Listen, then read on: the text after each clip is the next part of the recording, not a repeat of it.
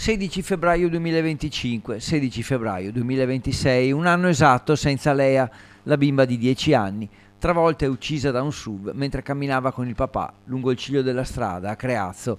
Due comunità, perché anche Altavilla Vicentina, dove vive la famiglia nel dolore, non vogliono dimenticare, unite da quello che è stato ribattezzato l'angolo di Lea, una lapide sul luogo dell'incidente e tutto attorno gli oggetti che ricordano la bimba, dai pupazzi di peluche ai palloncini, c'è anche il tè, una banana, tutto insomma ricorda la quotidianità di Lea. Questo è un angolo di raccoglimento e di preghiera, perché mi capita spesso di andare proprio in macchina e di vedere persone che si fermano, fanno il segno della croce e rivolgono una preghiera.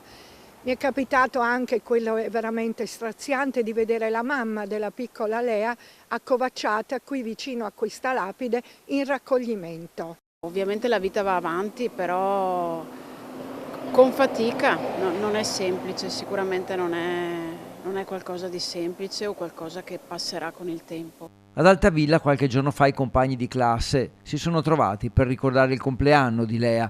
Creazzo e Altavilla, due comunità unite, la ricordano. La comunità è stata molto sensibile e ha dimostrato in tutte le occasioni veramente grande umanità, grande rispetto per la famiglia, e a cui rivolgo a nome di tutta la comunità di Creazzo un grande abbraccio.